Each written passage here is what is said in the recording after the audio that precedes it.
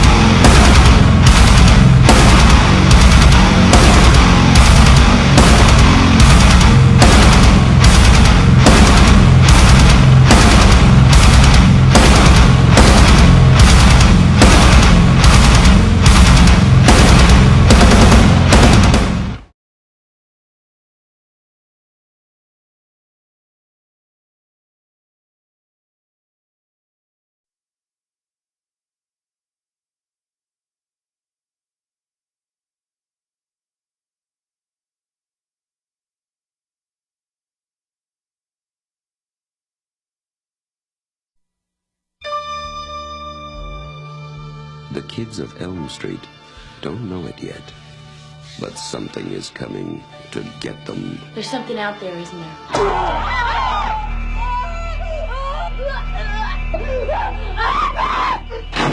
We just see cuts happening. What did that, Lieutenant? I don't know. What's the coroner got to say? He's in the jail and puking since he saw it. They're gonna kill me for sure. Did you do it? There was somebody else there. He was locked in a room with a girl who went in alive and came out in a rubber bag. No one knows where it came from or who it will visit next. Nancy? There's something wrong with you. You're imagining things. Nightmare on Elm Street. Do you believe in the boogeyman? No. Whatever you do, don't fall asleep. No! She's the only one who can stop it. If she fails, I'm your boyfriend now, Nancy. no one will survive.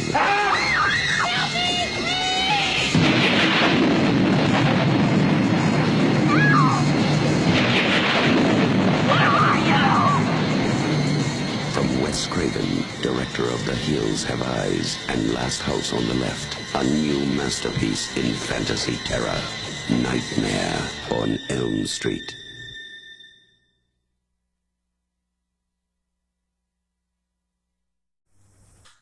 Hey everybody, welcome to the Hatch Boys. My name is P. Rich, and today I'm going to be reviewing and discussing on Nightmare on Elm Street, 1984.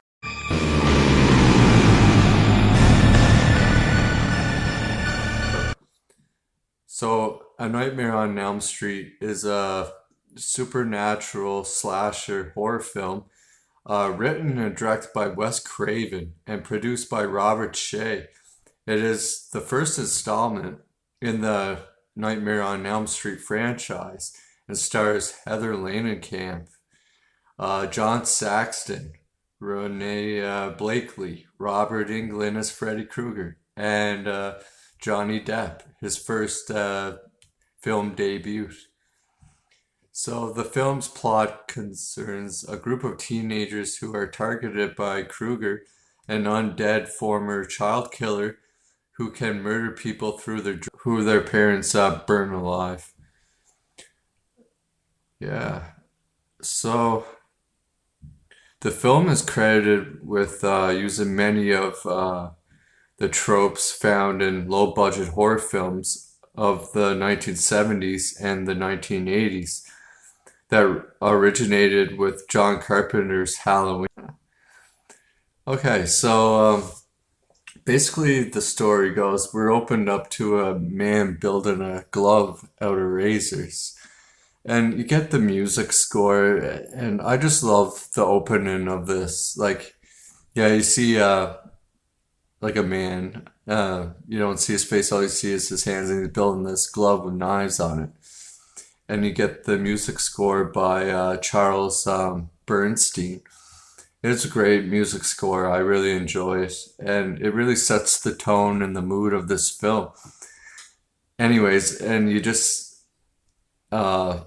see like, well, the opening credits. And that's what I love, man. And you get that iconic like music by Charles Bernstein.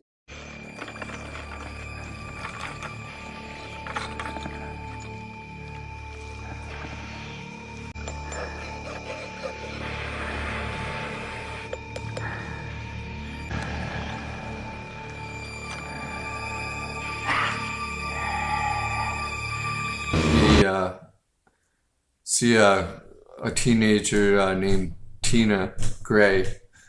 She's in a dream, and you don't see Freddy much. Like you hear him, and it sounds like nails running across a chalkboard sound, and it's just so great. And she wakens from her dream terrified.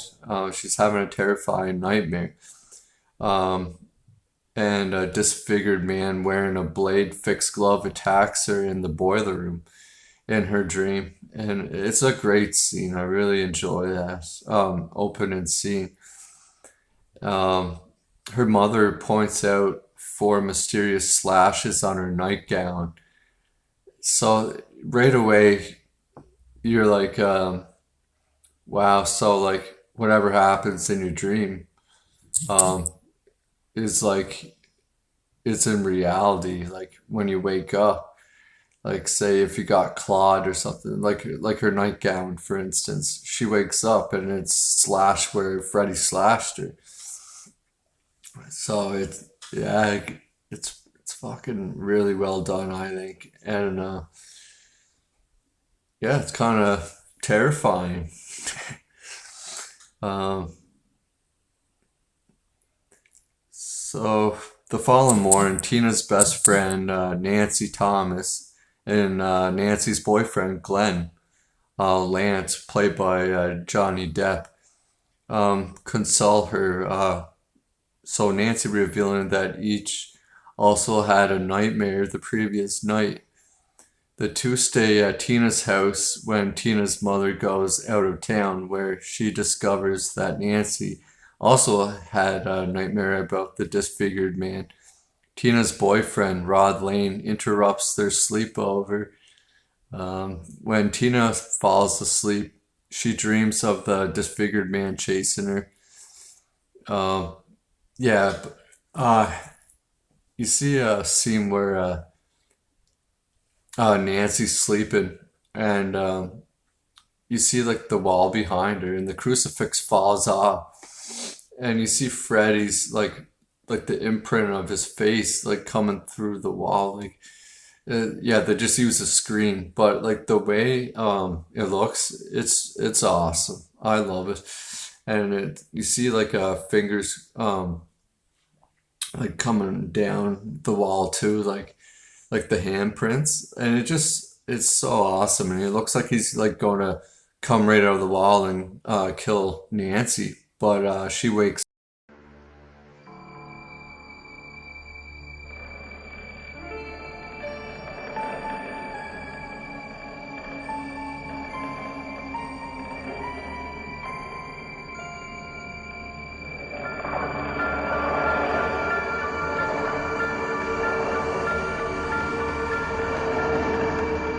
She wakes up. Now Tina's in her nightmare, and yeah, so Chase Freddy's chasing her, and this is a really well done dream sequence too. Like, oh man, it's so awesome. It builds up so much suspense, and it's kind of like eerie too, because you get that music score, and it's really dark, and there's only a little light, and you keep hearing like Freddy call her name like Tina, and it's so great. And then once he's like chasing after her, one way, and then uh she keeps running like straight, and then she runs right into Freddy. It's like 1 second he's behind her, and then the other second he's right there. I love that. And then she's like, "Oh God," and then he's like, "No, this is God." And then she's like, yeah, she just runs off. And then another scene in this dream where he goes, "Hey Tina," and then she like looks at him, and then he takes like his glove and his other hand, he cuts off two of his fingers. And it starts squirting out blood, and then he's like looking at it, looking at her, and he's like, yeah.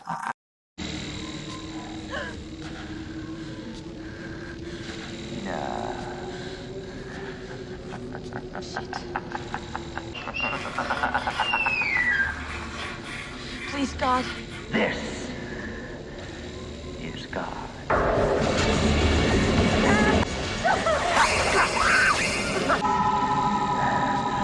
Watch this.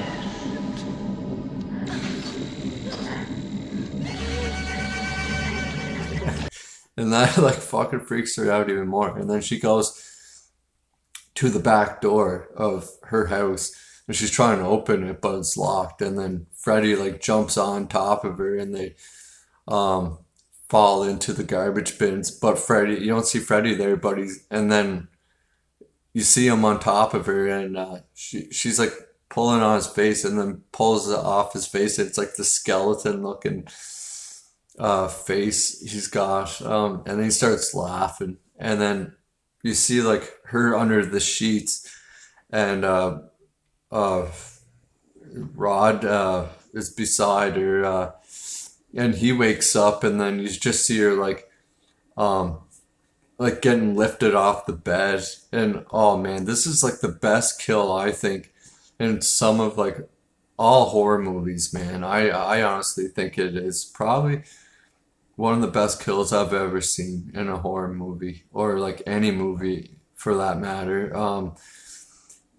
Yeah, you just see like four slashes go down her stomach, and then she just all starts bleeding up, and then she gets lifted up, and then she starts like twirling around, and then she goes up on the wall, and then Todd's like freaking out, like trying to help her, and then Tina smacks him in the face because she's being spun around by Freddy, and then he gets like knocked out sort of, and yeah, you see her going up the wall, and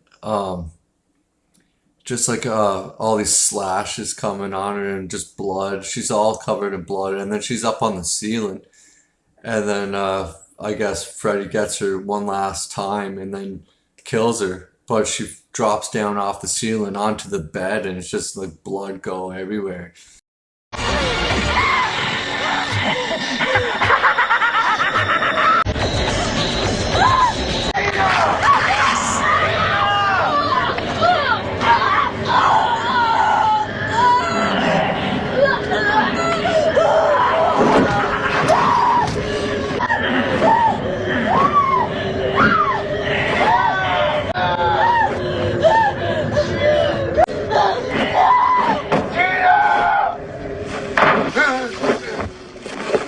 Blood go everywhere, and it's just, oh, it's so awesome, man.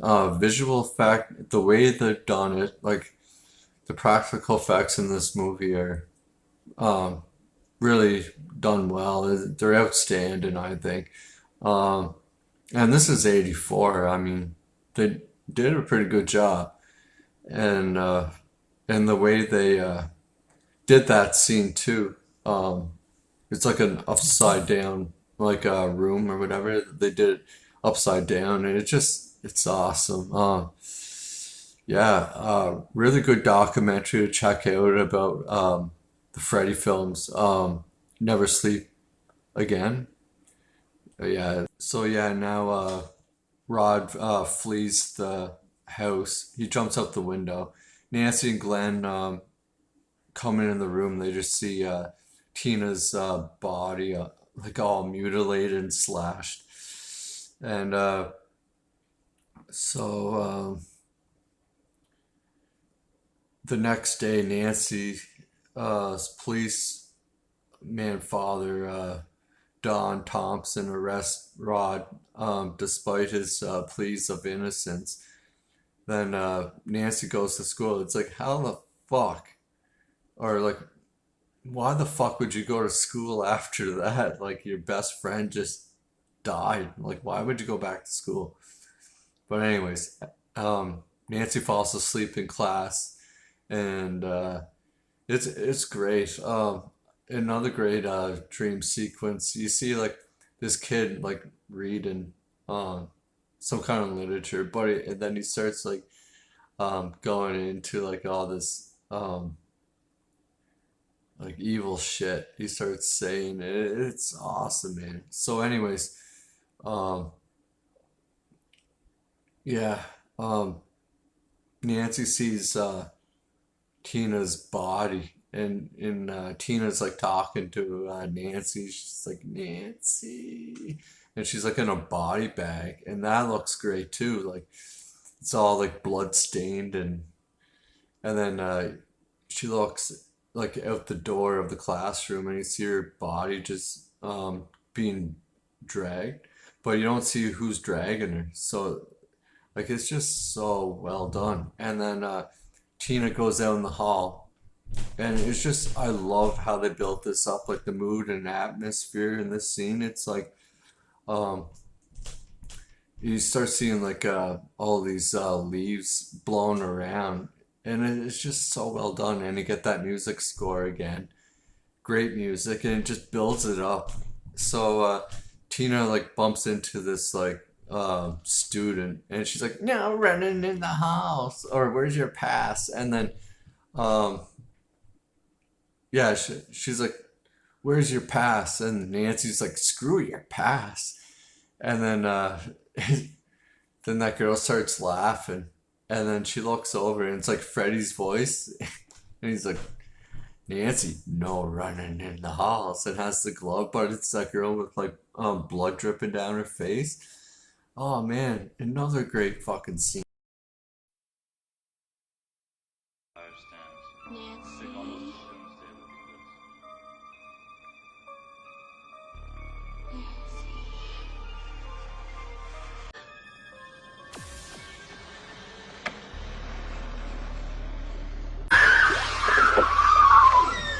Where's your pass? Screw your pass.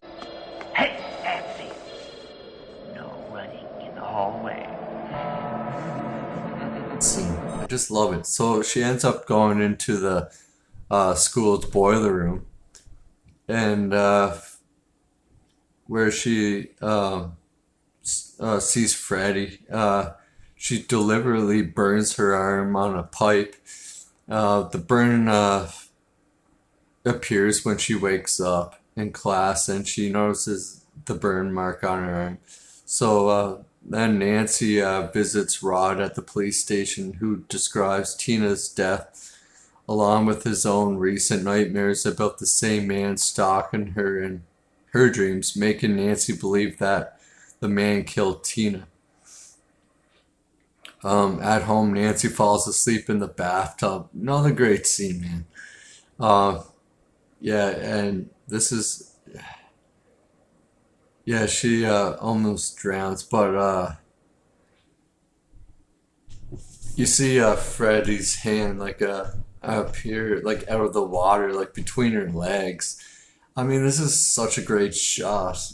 Not only because of like she's like naked, but you don't see her like completely naked. But it's great how you see Freddy's hand coming out of the water. It's just going reaching up to like grab her or whatever, right? And she wakes up, and then the hand like goes back down, and she falls back to sleep again. And Freddy pulls her down in the bathtub, but they just used the swimming pool for this scene. But it looks so awesome, man. And yeah, she's like being like basically drowned by Freddy, and so she gets away.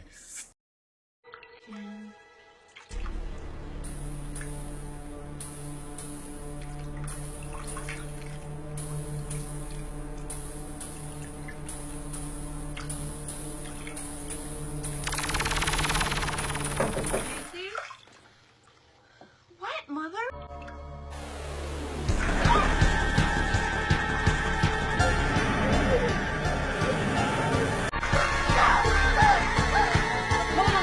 And so now, like after that nightmare she just had in the bathtub, Nancy depends on caffeine to stay awake and invites Glenn to watch over her as she sleeps in her dream. Nancy sees the man and prepares to kill Rod in his cell, but then he turns his attention towards her. Nancy runs away and wakes up when the alarm clock goes off. Then Freddy kills Rod by wrapping bed sheets around his neck, staging it as a suicide, like Hanan, like Jeffrey Epstein. No, but the scene is good. I do like it. I mean, it's kind of a weak kill, but it's kind of creative in a way where I mean, like Freddy's like, why does he care if he makes it look like a suicide? Who gives a shit, man? He's a dream demon. Anyways, but yeah, he just wraps it looks great how the bed sheets start wrapping around his neck and then he gets pulled up towards out the window, like where the bars are, and he's just humming. So the police just think Rod hung himself.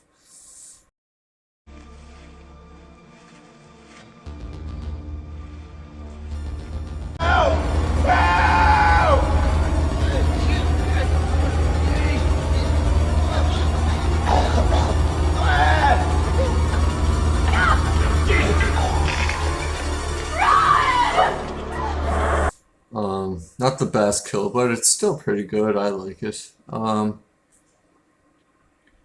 So at Rod's funeral, Nancy's parents become worried when she describes her dreams. Her mother, Marge, takes her to a sleep disorders clinic where in a dream Nancy grabs the man's fedora hat with the name Fred Krueger written in the hat. It and pulls it into the real world. Yeah. So after barricading the house, Marge, Nancy's mom, barricades the house, puts bars on the windows, and locks up. Nancy's on lockdown now. So Marge explains that Krueger was a insane child murderer who killed 20 children but was released on a technicality and then burned alive by the victim's parents living on the street seeking vigilante justice. Nancy realizes that Krueger, now a vengeful ghost, is killing her and her friends out of the revenge. Nancy tries to call Glenn to warn him, but his father prevents her from talking to him. Glenn's parents take the phone off the hook because Nancy's like keep calling him. So Glenn falls asleep and is killed by Fred Krueger. He gets sucked down his bed, and then this is a great scene. Another great scene, like one of the best kills again in horror history, man. Like, it's so awesome. And you just see like all this blood just spraying up, but it's like a fountain, and it's like, and it lasts like probably like almost a minute long. It's like, holy fuck, I didn't know a human had that much blood in them. But it just keeps spraying up, and then Glenn's mom walks into the room and sees it, and it's like, oh man, it's so awesome.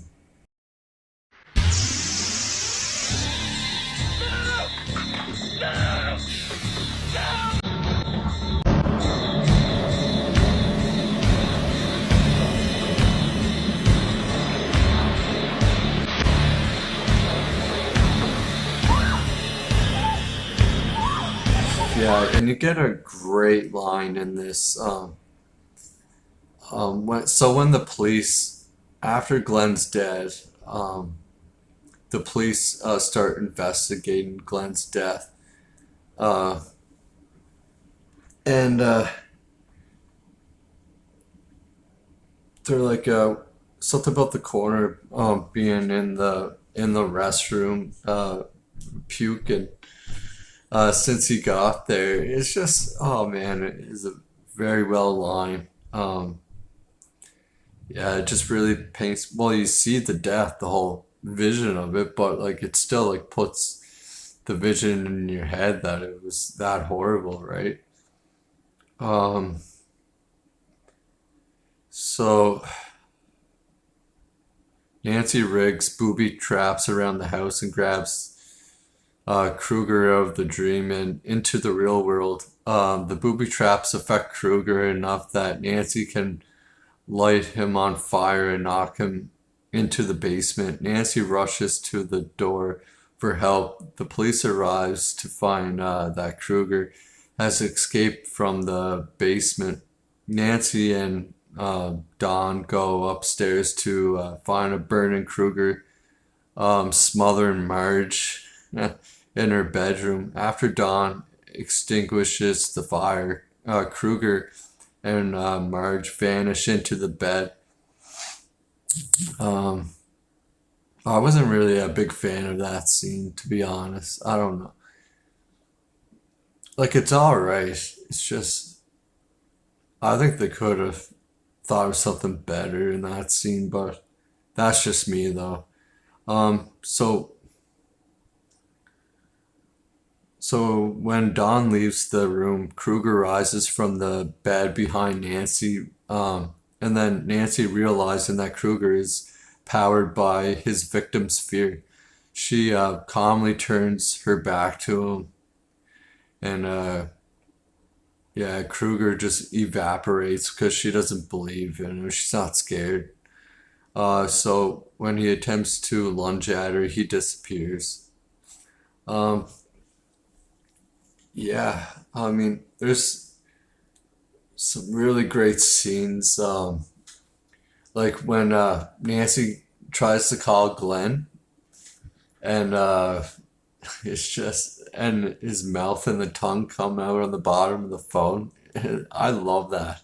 That's great. And he's like, after or right before Glenn dies, the phone rings and she answers, and he's like, "I'm your boyfriend now, Nancy." It's so awesome. And I like that that music score you get too. It was great. And the scene where she's running up the stairs and then she starts like melting into the stairs, almost like it's slowing her down, right? But it looked really well, I think. Um, And your boyfriend now, Nancy. so yeah, this is the end of the movie now. So Nancy steps outside into a bright and foggy morning where all her friends and her mother are still alive. Nancy gets into Glenn's convertible to go to school. And it's like painted like Freddy. It's like red with black stripes. And then like, yeah, uh the top suddenly comes down and locks them in the car as they drive off uncontrollably, like, yeah, they can't control it, down the street. Three girls in white dresses playing jump rope and are heard chanting Krueger's nursery rhyme as Marge is grabbed by the Krueger through the front door and the window. It's bright. It's gonna burn off sooner. It wouldn't be so bright. Feeling better? What's going on? Hey, I'm not doing.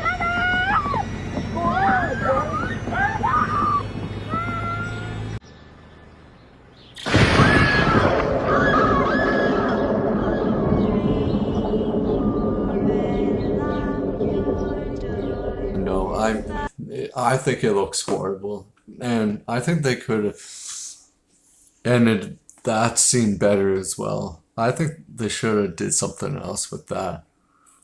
Um, but I mean, overall, it's not like horrible. I just think it just looks horrible. That's all. And yeah, I'm guessing that's just Nancy's dream. She's just dreaming. That's what I think of the ending of that film. And it's basically just setting it up for a sequel. I think if they were ever planning on making a sequel, which I'm not completely sure if they were or not. So yeah, my first impressions of this film, man, I think I was only 8, and I loved it. I love this movie. I always have, and I always will. Um, yeah, back when I was younger and I was watching horror movies, it was just like my brother and I, and like like maybe not even a couple, like maybe one other friend, or two other friends would watch horror movies with me, but none of them liked them. And me and Andrew were basically like outsiders for like liking horror films. But yeah, we always loved horror movies for sure. Yeah, the first Freddy Krueger movie I was introduced to was Freddy's Dead. And I loved it when I was a kid, but like as I was getting older, I was like, and after watching all the Freddy movies, I'm like, oh, what the fuck? What is this movie? Like, what the fuck, you know? Like, but I loved it as a kid, like, because it was the first Freddy movie I've ever seen, and there was things that I did like in that movie, but then I seen this movie. My brother showed me this one, and yeah, I loved it, and I mean, there are some like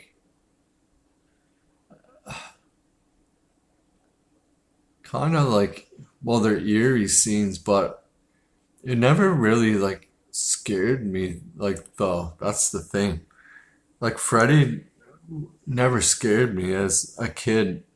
Like it never did. No. Um,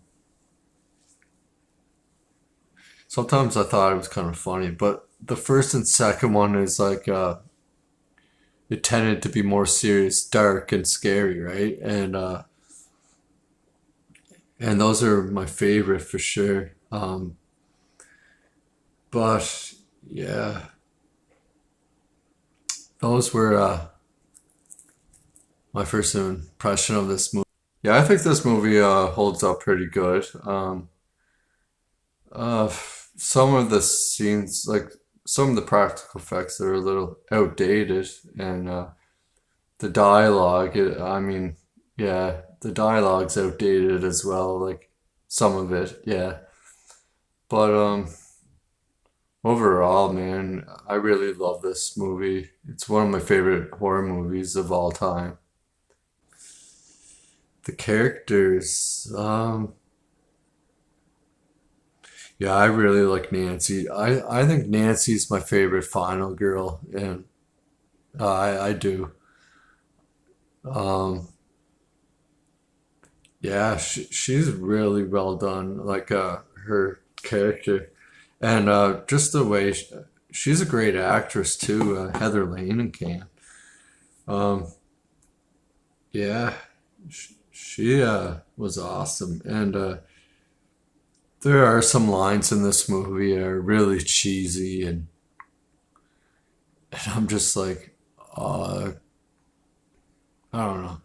Yeah, there's some lines in this movie I just think are just really bad, but overall, man, this movie is really awesome. And then you get Robert Englund as Freddy. I mean, he's a legend.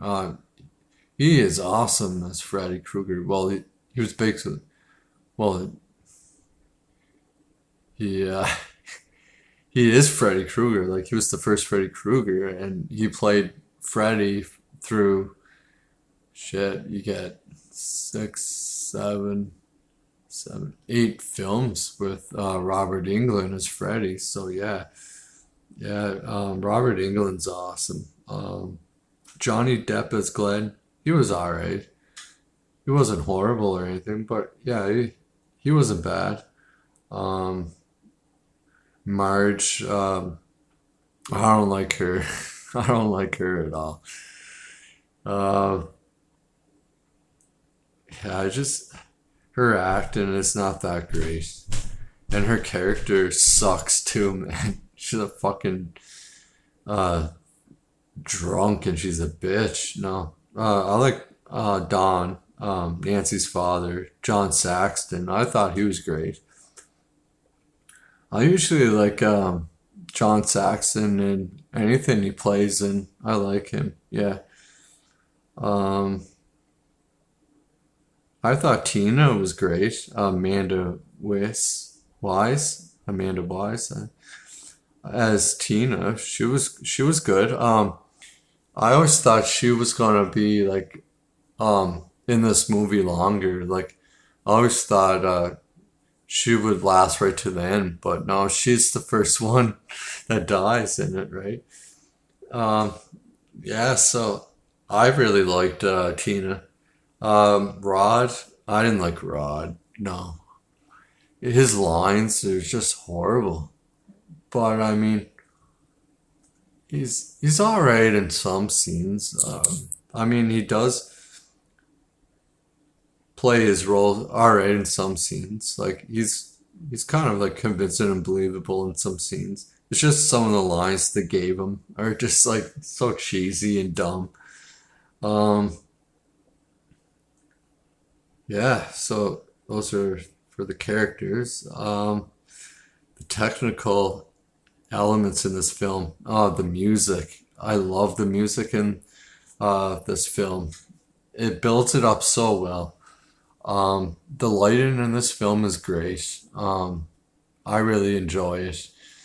You don't see Freddy um, a whole lot, and they keep him like in shadow in a lot of the scenes, which I like. Like you do see him in a few scenes, but most of the time they kind of keep him in shadow and like dark, which I like. I like that, and yeah, the practical effects are awesome. Like um, Tina's death was very well done. Glenn's death was awesome too. Um,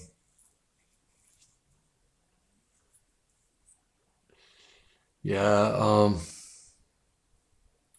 Rod's death I didn't like. I thought it was kind of weak, but it was alright. Um, yeah, the sound's not bad. Um, the editing's fine for me. Yeah.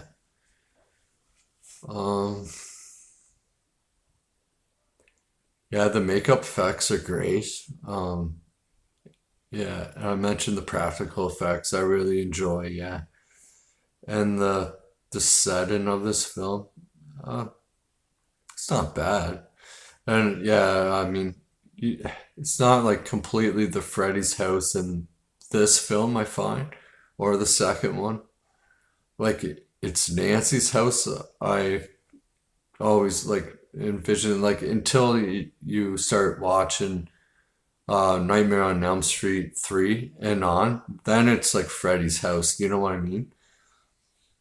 But I mean, yeah, the house is fine. The boiler room is epic, you know, like in all the Freddy films, you get him in the boiler room. It's awesome. I love that setting. It does put it like kind of really eerie in the boiler room. I love it. Yeah, so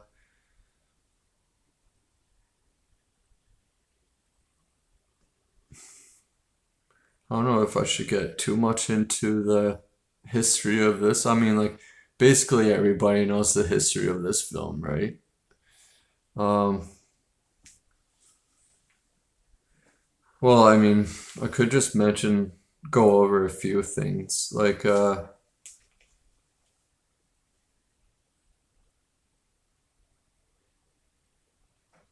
film's villain, Freddy Krueger, is drawn from Craven's early life. One night, a young Craven saw an elderly man walking on the side path outside the window of his home. The man stopped to glance at Wes Craven, startled, and walked off. This served as the inspiration for Freddy Krueger. Yeah, I'm pretty sure everybody knows that, right? Initially, Fred Krueger was intended to be a child molester, but Craven eventually um, char- character characterized him as a child murderer to avoid being accused of exploiting a spate of highly publicized child molestation cases that occurred in California around the time of production of the film. Well, you get child molestation like all the time, man. It happens all the time. There's a lot of sick pedo fucks out there, right? but I'm glad that Freddy Krueger in this whole series, not the remake, because the remake does paint him as a child molester, but I'm glad that he went with the child murderer. I mean, it's a lot better. And it's like, yeah, why?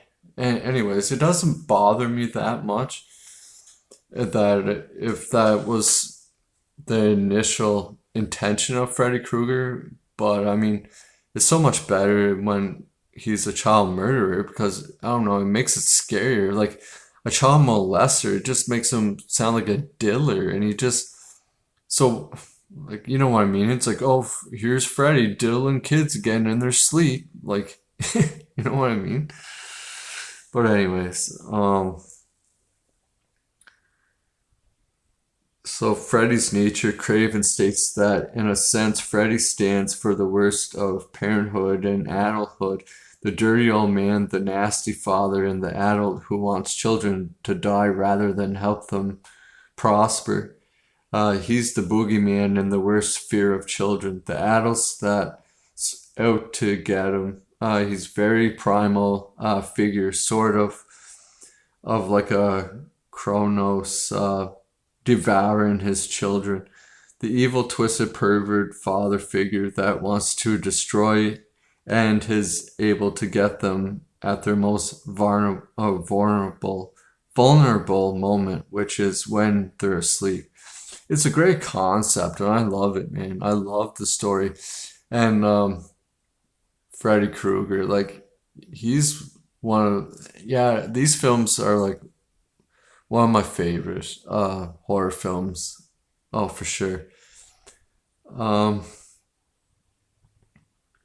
So Craven strove to make Krueger different from other horror film villains of the era. A lot of the killers were wearing masks. Leatherface, Michael Myers, Jason. He recalled in 2014, I wanted my villain to have a mask but be able to talk and taunt and threaten. So I thought of him being burned and scarred. Yeah, it's great. It's a great idea. Yeah, he's not just another like horror villain, like just wearing a mask. You know what I mean? I think it's great, and the idea of him having like a glove made out of knives is fucking awesome. Yeah, so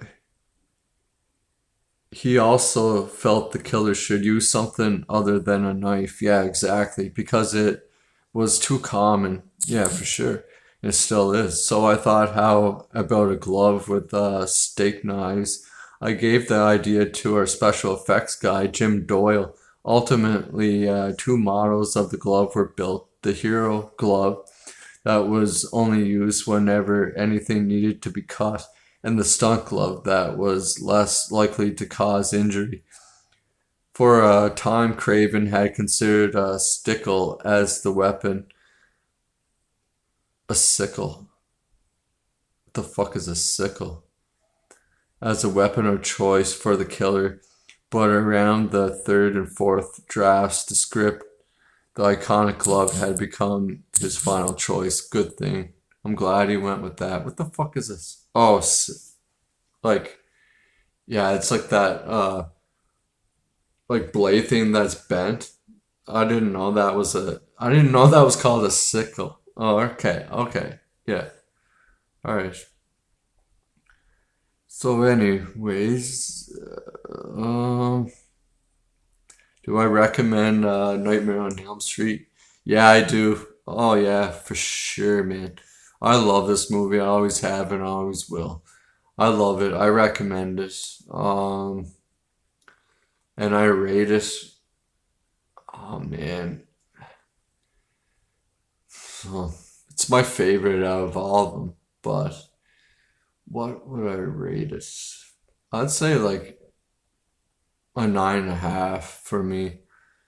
Yeah, there's just a couple things that kind of ruin it for me. Like, it doesn't like really ruin it, but kind of like just like whatever. I don't know. Some of the lines are just like bad, but I overlook it because it's not that bad, but there are some lines that are just cheesy and bad. Um, the ending is what bothers me the most about this film. Um, that like final dream sequence when you see Nancy's mom get pulled in like through the window. I never liked that, and no, that kind of ruins it a little bit, and just like the way they like, she doesn't even really kill Freddy though. But anyways, yeah, it's just the end, and that bothers me about it. Yeah. So getting into the overall success of this film, the budget was $1.1 million, and the box office took 57 million. That's really good. Like it's good. That's very good. Off a $1.1 million budget, man, it did good. Like that's awesome, I think. Yeah. So the film received critical acclaim upon its release and has been considered to be one of the greatest horror films ever made. Yeah, I agree. The movie spawned a franchise consisting of 6 sequels, a television series, a crossover with Friday the 13th, various other merchandise, and a remake of the same name. Aside from stunts, polyester, and Alone in the Dark, it was one of the first films produced by New Line Cinema, who by that point mostly distributed films, leading the company to become a successful mini major film studio and earning the nickname The House That Freddy Built. Huh, that's great. Yeah. Alright, so that's my review for A Nightmare on Elm Street. Alright, thanks for joining. Alright, thanks for watching, everybody. Alright, have a good day. Bye.